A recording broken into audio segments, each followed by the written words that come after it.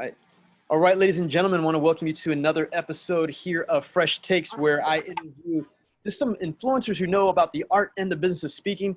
And today I've invited my good friend from California hanging out with us today. We've got Miss Tiana Sanchez. She is an entrepreneur. She is a motivational speaker. She is a corporate trainer. She is a podcast host. She is a mom, and she is also an author of the book F'd Up. So ladies and gentlemen, I'm going to throw it over to her. Miss Tiana Sanchez, can you just go ahead and introduce yourself to everybody and just, say hello and let them know, who are you really? Well, thank you, Frank. I appreciate the introduction. And I want to say a special hello to everybody because I'm not sure where you're listening from, but I happen to be in beautiful, sunny California. Not bragging, but it is kind of nice out here. I do a lot of different things, but I will tell you that the common theme, I think the thread throughout what I do is all under the umbrella, Frank, of professional development and empowering others, whether it be in the corporate office, whether it be at a leadership conference.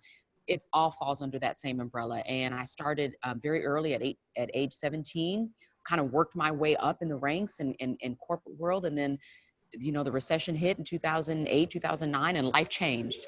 And I decided to take a leap of faith. I started my business, which is an organizational training and development firm. We provide training for organizations. We do assessments. And then again, as you mentioned, I'm authored a couple of books, and I've also a speaker, and I do a lot of different events there. And so here we are 8 years later. I'm still in business. Thank goodness. Everything is still going well, and I couldn't be happier. I love what I'm doing. Yep. So, I like to be very transparent and honest because we say, you have to be a genuine and transparent person to be a great speaker. And you and I saw each other. You were speaking at a conference here in Phoenix this summer. I came to watch you. Got to meet your mom also. Yes. But during the piece of, you and I have known each other for a few years now. I've been on your podcast. You picked me up from the airport. We've been helping each other grow. But you made the point of, you've been doing this speaking for 8 years now. But we found out that we actually had a similar deal where we turned, quote, tragedy into something powerful. So can you share with everybody, how did you become this speaker and business owner? It's interesting because from tragedy or from things that happen, there can be beauty on the other side. And when I was in corporate, I worked at a financial industry. And when the recession happened, they started cutting off, we started laying off a lot of folks. And I happened to be one of the folks that was being laid off during that time. And I had a decision to make. Now, mind you, I had never owned a business, had never started a company, had never really professionally spoke, did a little things here and there, but was never part of my repertoire. And when I got the letter, I got laid off. 90 days later, I started my business. And I started journaling about my experience because, again, like you said, through tragedy, married with 2 kids, getting ready to get foreclosed on our home, 0 in the bank account, all of these things were happening. And through that time, I started to journal, I started to write, I started to methodically and therapeutically write these experiences. And I say keyword experience is down. And through that process, it became a book. And I started writing, and the speaking part manifested because when I started sharing, Frank, the story about how, oh my gosh, have you ever been in a place where you got laid off, or have you ever felt like you just feel so defeated? And it was the word defeated.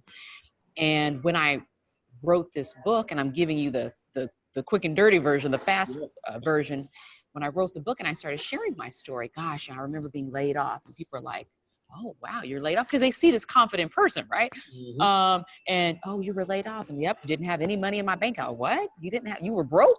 And so all of these things that started resonating with people, and the message became very empowering and uplifting and inspiring. And that really sparked the serious push to being an inspirational speaker 8 years ago.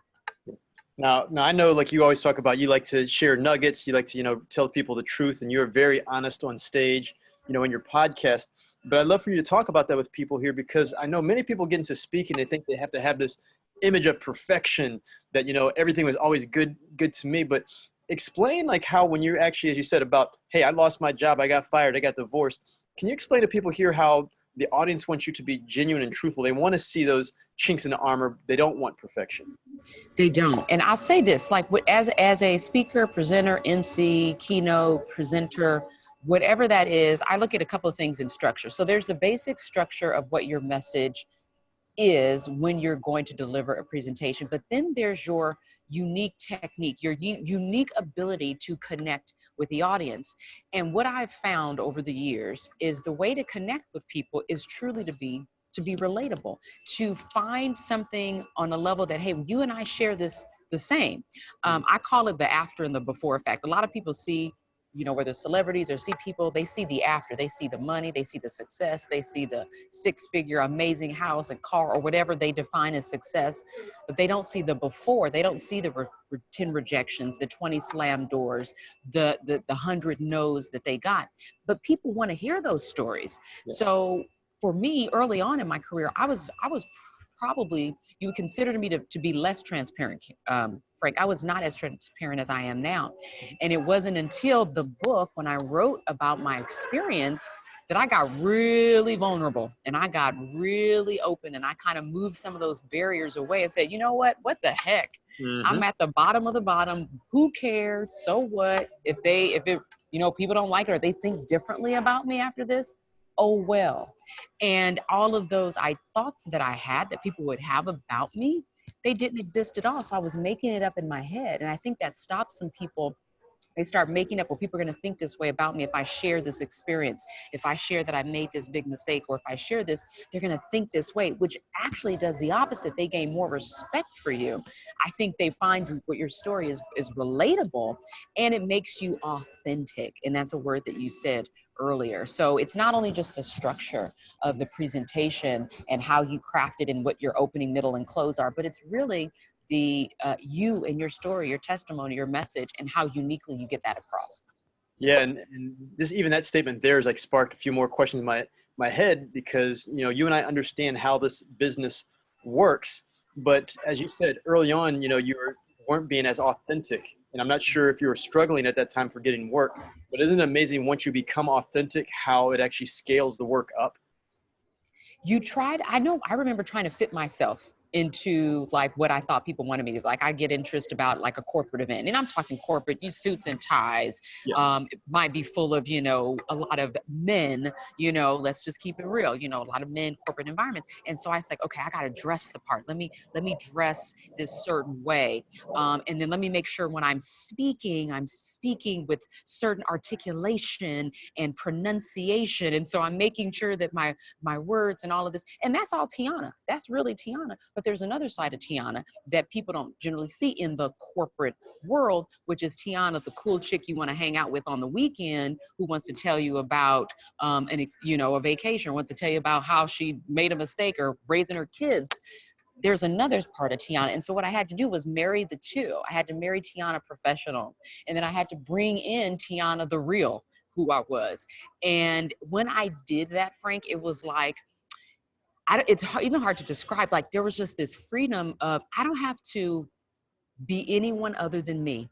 And if that doesn't resonate, then I'll find the audience who I resonate with. And that's something speakers need to know. You may or may not be that right speaker. That's why they go through the interview process, I hope, a lot of times, because they're trying to find the right person to fit their audience in their group. And it's okay. And so once I let go of what I thought people were going to think, and if I used a slang word in a corporate conference, if I wanted to say, hey, the struggle is real, hashtag, or, you know, or whatever, you know, just be fun. And I thought they would, and it didn't resonate. I was okay with that because I was being me. And honestly, people love that. They want you to be you, not perfection at all. And that was something I learned. Thankfully, I learned it. Yeah, and that's why usually when I even work with people, I go, hey, it's like, I'm not here to change you. It's like, I'm here to pull the best out of you. It's like we don't want, quote, these mixed speakers where, you know, you go to these coaching places and they make every speaker look alike. Well, that's not how you get work. You have to differentiate yourself from people, of which the other one you brought up is, because I know the groups that you work with, and you work with a lot of executives on their personal confidence, but you brought up earlier too, something that speakers run into is called, you know, imposter syndrome. And, you know, for you, I'm going to ask you, because everybody's got their own, quote, fresh takes. is how do you get over imposter syndrome where you're thinking, okay, I'm not good enough to be up here on this stage or speaking in front of this group?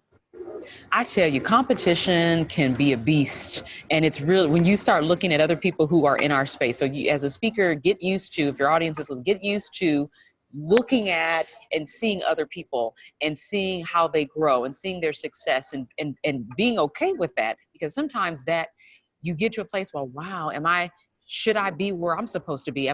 Should I be further along? Or gosh, should I be where I am today and getting paid the amount of money that I'm getting paid? I remember making a significant amount of money at a speaking engagement, almost to the point where, like you put in your contract and then you put a number and someone accepts. It's like, dang, I lowballed myself. Like I could have gotten a lot more had I really highlighted the value. The worst they could say is no, or hey, our budget is this and we can't get you that. And then you negotiate. But I think, a lot of people in high positions in corporate suffer from or experience imposter syndrome. For me, again, to my own default, maybe, Frank, super confident and assertive and ambitious to a fault sometimes, but I always act as though I'm supposed to be in the room. Like I'm there in the room because I'm supposed to be in the room. And I think if you get to a point in the very beginning of your speaking career with that idea, and here's the thing, I don't know if you did this, Frank, but the old adage, fake it till you make it, or act as if. I use the real, like act as if I'm this amazing #1 best-selling author, favorite speaker, even when I wasn't. I started drilling that into my head and posturing myself in a certain way, even when I wasn't making, I was making $500 for a speaking engagement. There's nothing wrong with that. So if you're making 500 and you're starting off, that's great, but you can elevate. But when I started making, little $500, I was like, oh, I made, a little bit of money. So it's, if you can have that confidence and act as if early in your speaking career, you may not even experience that imposter syndrome like some of us had. Yep. So I don't know if you've gone through that. Oh yeah, I've gone through it, but I'm going to pause here for 1 second because I always tell everybody, like, I do my show and like I like to get the Air Force doing flyover. So you may hear a plane go over. So that's how real we are here right now. But no, it's a big one, as you said. Some people say fake it till you make it. I tell a lot of groups, my kids, like, I don't want you to be cocky, I don't want you to be arrogant, but I want you to be confident. Yes. I can be real. My family's from the South, so I told people, I want you to walk into the room and say, hey, you know what? I am the sugar honey iced tea. And for people who don't get that, some people will get it. But the deal is you have to say, hey, you know what? I need to be here. They asked me to be here because if someone invited you to come out and speak, no matter what you make, that means they want you there. So that should already give you the confidence to be, on the stage.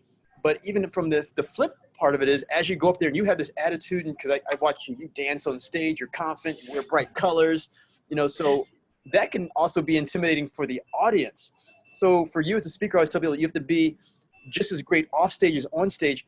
How do you instill confidence in your audience? Because I know I saw some people where they were lined up and they wanted to meet you and they're going, I don't know if I can talk to Tiana. I don't know if I can talk to her. So how do you go from like this confident person on stage, but then to this real person off stage to where they'll take pictures with you and they feel like, okay, you know what? We can talk, like, this is my homegirl. This is just, she's going to be there and she'll be willing to talk to me. Cause I watch you have some deep conversations with people, even with the line being there. I did. And that's tricky. And it's so funny because you said something a moment ago. I hope I don't lose the thought, but it's, you're authentic, you're real, and I am who I am. Oh, this is what you said. You said it was basically like the fact that the people want to hire you tells you and gives you the confidence that there's something about you that they want. Well, the fact that people are willing to stand in a line after the event is over or to wait to the side while I'm conversing with someone to talk to me, that means everything to me, that they're taking the time to, so absolutely, I'm going to stay and I'm going to talk to them. I'm going to connect with them and I'm going to be exactly who I was on stage. I'm going to say, hey, I'm going to talk like Tiana talks. I can be professional, but I can be homegirl Tiana. I can be whatever, because that's all of who I am.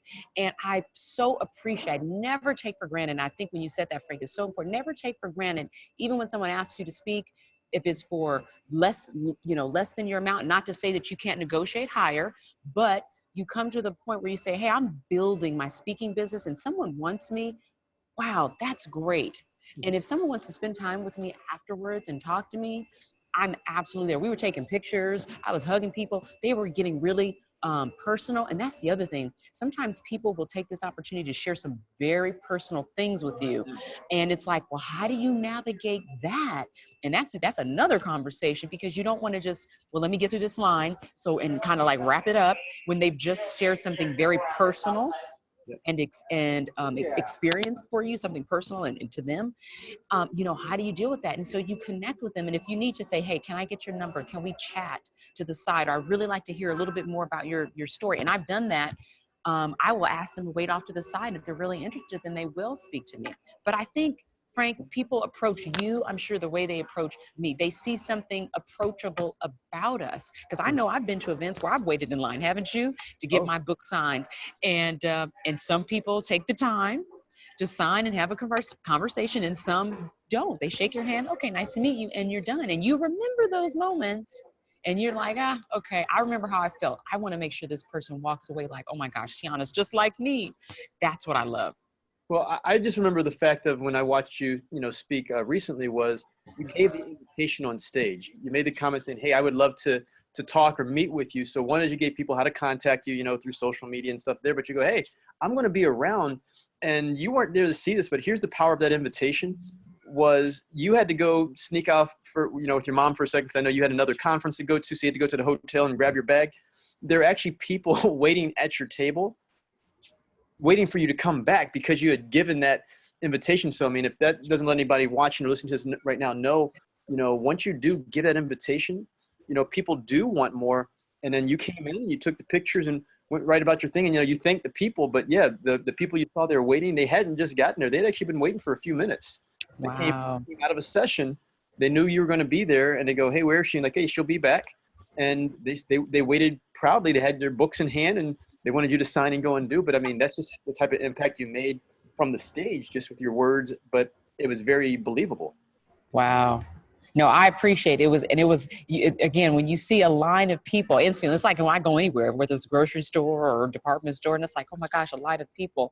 And, is trying to make each person feel, like reading each one of them. And I think I had given some of them books while they were waiting in line so that they would continue to wait, and it's just, I'm appreciative of every person that I interact with and that I come across with. And as a speaker, you will find, and I want to say probably the first few times that you do it, it'll feel a little strange. Like that imposter syndrome may start to creep up, like, how is this even happening? Like, people want to talk to me, like I feel, and again, you said not cocky, but confident, because sometimes you can, we can start feeling ourselves a little bit too much, but it's like, wow, no, there's something that I've said, and that someone wants to talk to me. And in the first couple of times as a speaker, you'll get this feeling. So if you experience it, it's normal.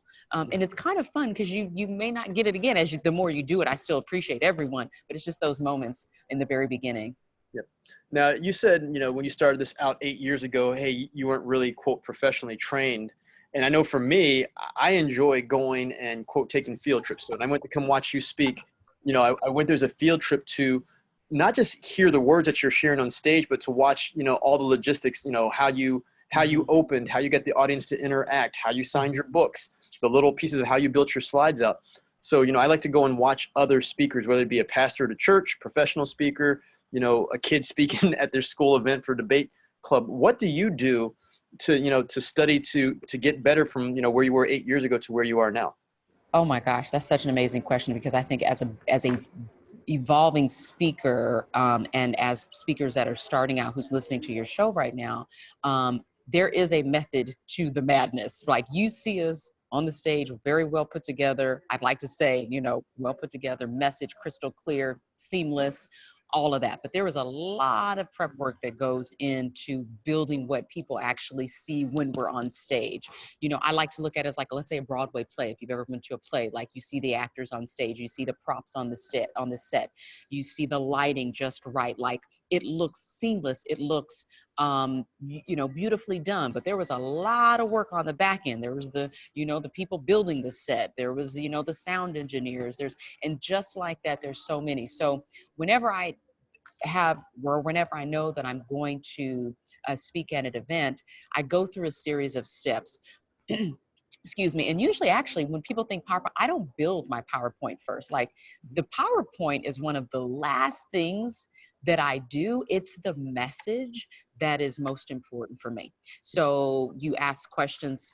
So if you're, again, kind of looking and taking notes, my process is to understand what kind of event that I'm doing. Is there a theme? Who's it focused toward? What's the purpose of the event? Then I ask specific questions. What are you hoping for each person to walk away from the event, so that I can curtail my topic to that?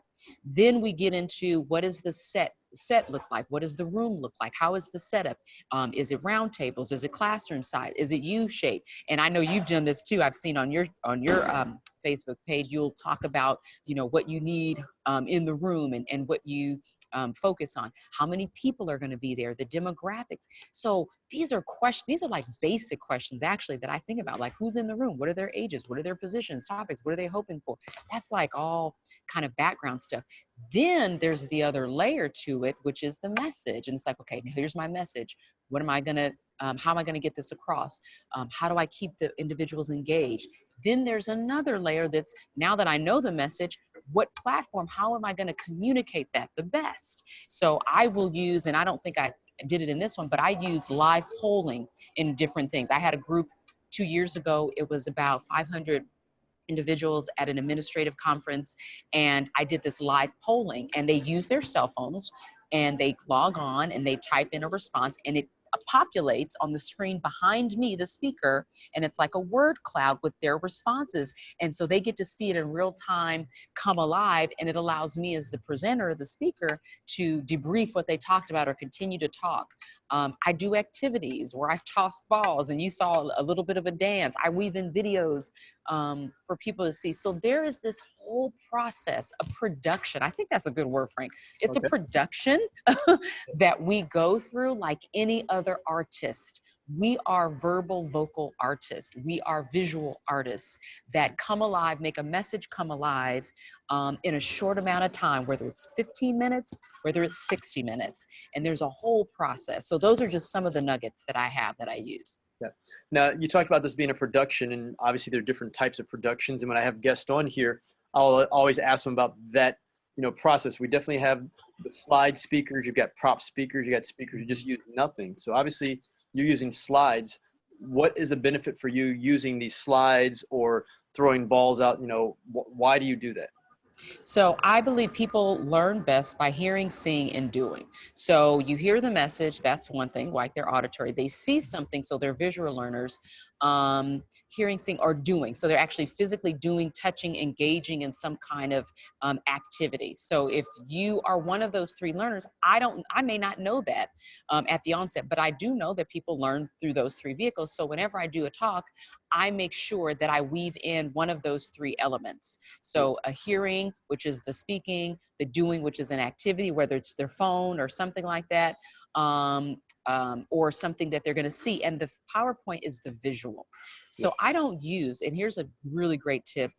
If you use PowerPoints, your PowerPoint is not for you to read from. Your PowerPoint is a tool that for the audience, it's actually not for you. It's for the audience, for them to see, for them to retain, and for them to have another form of engagement. So, and this is not a PowerPoint show, so you can, look that up about how to create it, but it should be visually, aesthetically appealing. In my opinion, again, it's not for you, it's for the audience. And because there's so many unique creative ways that you can use PowerPoint, I weave video. I may show a short 30-second clip of a video. I may do a live poll. So my PowerPoint slides are like no other. And it's not just the typical. So I weave in those three learning points because people learn best by hearing, seeing, and doing. And that's how I use PowerPoint. Love it. So speaking of that learning aspect, I had a speaker contact me the other day and, felt that they had, bombed on their event. And I made the comment of, I was like, for all of us, many times, we may have felt that we bombed because we're all perfectionists as speakers, but there's a lot that we can learn from it. So you obviously know there's a story that I know about you involving Las Vegas, and I kind of, we'll bring this up to everybody with the book here, but we talked about how we can turn failure into opportunity, you know, or this learning moment. For everybody listening and watching this, like, tell a little bit about the Vegas story, but what you've learned, because, you know, many times in this business, those are just a hurdle, not a barrier. Yes. So there was an opportunity. It was like business week. I want to say it was like entrepreneur or business week, small business week. And I was tapped on the shoulder to speak in Las Vegas for this small business week. And the hosting company was Microsoft. And this was at the height of my, career. I would say speaking career. I was doing a lot of different things. And when you have a brand name, that really helps to elevate your portfolio, right? It's like, well, who's not heard of Microsoft, right? So what do you do when you get great information, right? When you're got this new gig, you're going to Vegas and it's Microsoft. So what do you do? Well, if you're like me, you tell everybody, right? So you pick up the phone, you call your friends, you post it on social media, you send out a newsletter to all of your whole network. And that's what you do. And you're like, oh my God, so excited. Can't wait to go to Vegas. Hey, hashtag Vegas, Microsoft, you do all that fun stuff. Well, on the back end, I was promoting all this stuff on the front end. On the back end, they had very little marketing strategy for this whole business event.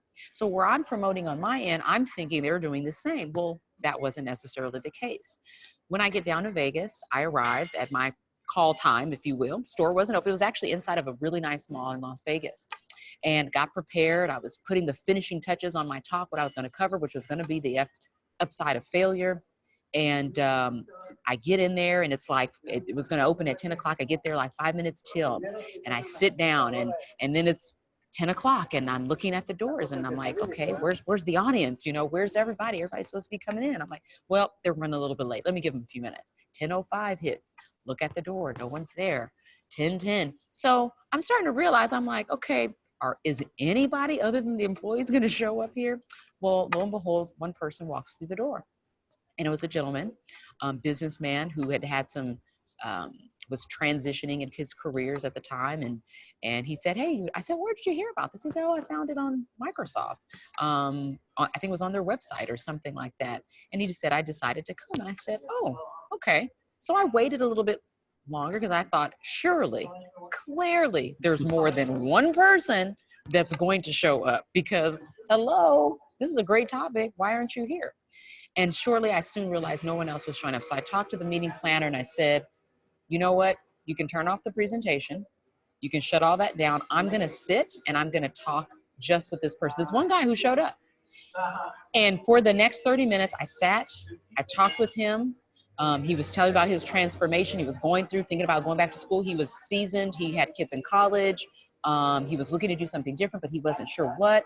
And I just chatted. I listened. I kind of did a little impromptu coaching, Frank, with him. By the end of our conversation, I gave him a copy of the book that you're holding in your hand.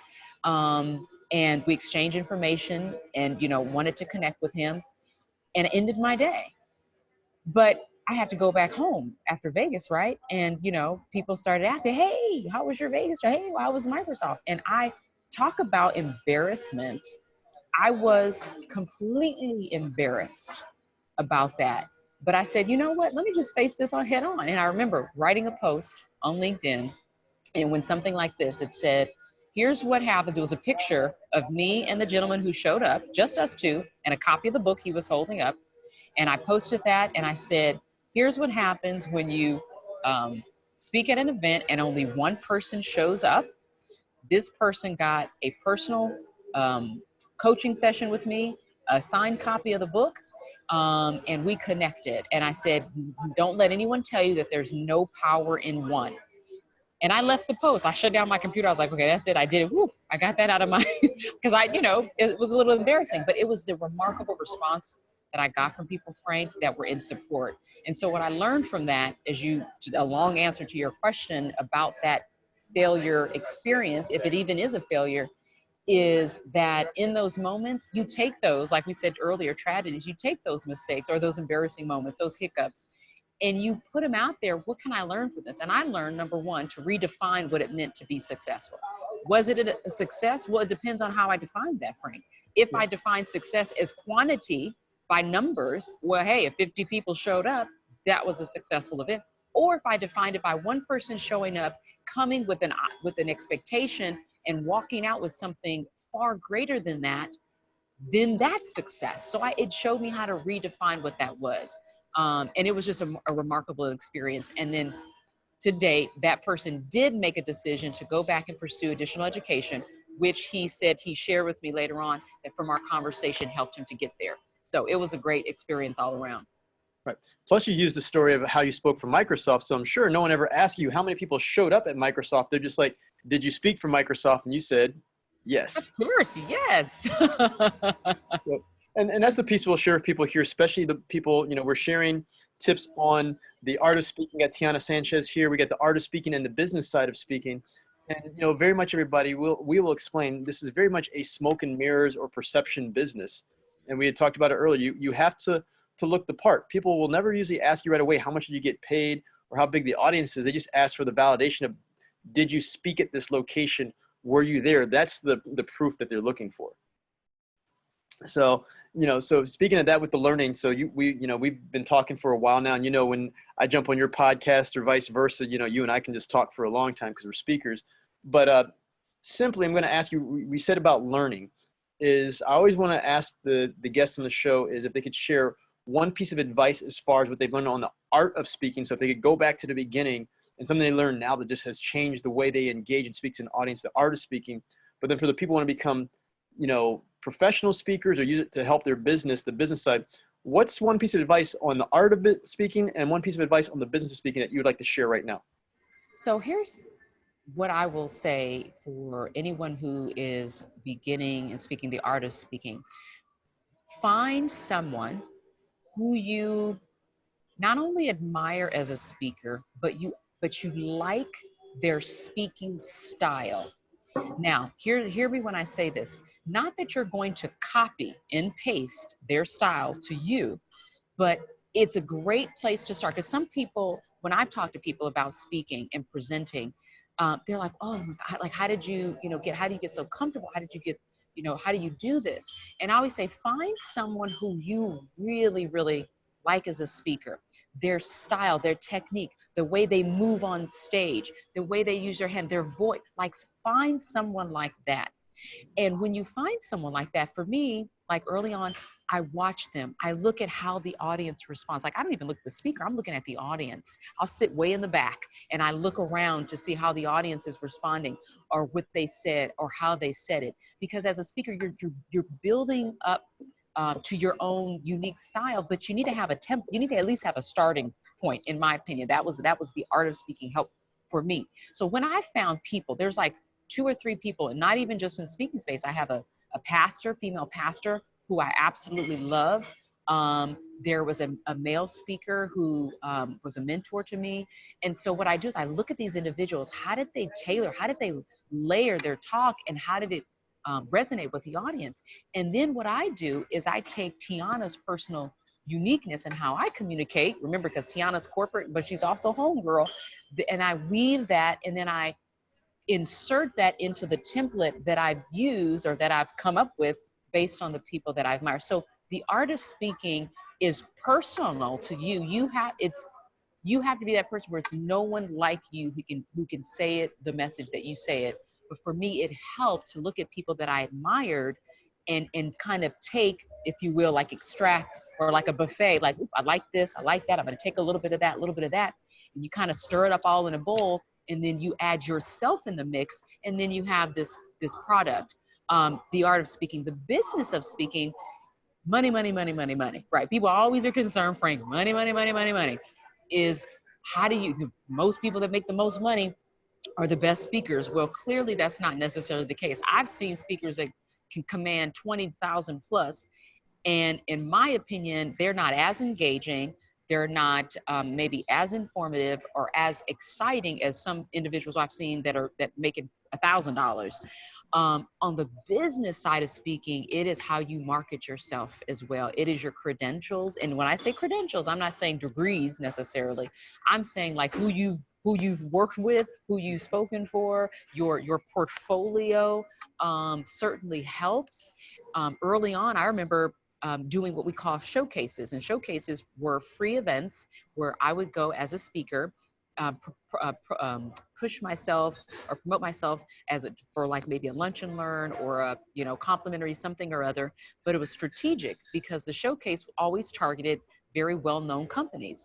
And I would be willing to do a free showcase for these well-known companies in exchange for a testimonial, in exchange for a letter of recommendation, in exchange where now I can list them as a quote client in my portfolio. So sometimes it's not always the monetary rewards that you get, but it could be the opportunity to work with some of these really amazing companies. So money comes always into play. And that's a whole nother conversation, Frank, that I know we could probably talk about, because money does not also always mean green. It could mean the opportunity in the room to meet certain folks. I've done events where I didn't get paid anything, one specifically for an HR association, and I didn't get paid anything. None of the speakers did, but I had a captivated audience for 75 minutes on a topic that related to them. I walked out of there with about 5 leads, and 3 of those became clients to this day. And the event was in 2015. 2 of them are still my clients. Nice. So the return on investment was amazing. And it doesn't always happen overnight. It's relationship building. So business side, money could mean different things to people. So that's my quick advice. Well, I like that advice. And, pretty much that's why I had you on here. Because I tell people when I say fresh takes, I tell people fresh is mean, you're doing something new, exciting, great, wanted or needed to not only help yourself, but to help others. And, I have truly appreciated your fresh take on this, but you're just sharing your talent and experiences right now to help everybody watching, listening to this to grow also. So obviously there's going to be a lot of people who fall in love with you after watching and listening to this. How can they get more information from Tiana? Because you're always spreading information and love out there. So what's the best way to get in contact with you and to soak up more of your knowledge? Oh, I love that. Soak up more. I want to soak it up. So the best place is to go to my website is no limit to the number 2, your YOUR success.com, no limit to yoursuccess.com. There you can find all my social media handles. It also showcases my podcast on there as well. So if you click on that, so it's just a whole host of information where you can find it. You can also get the podcast on Stitcher. We also have online learning courses as well. And then there's some videos that you can watch, whether you see me doing training workshops or speaking on stage.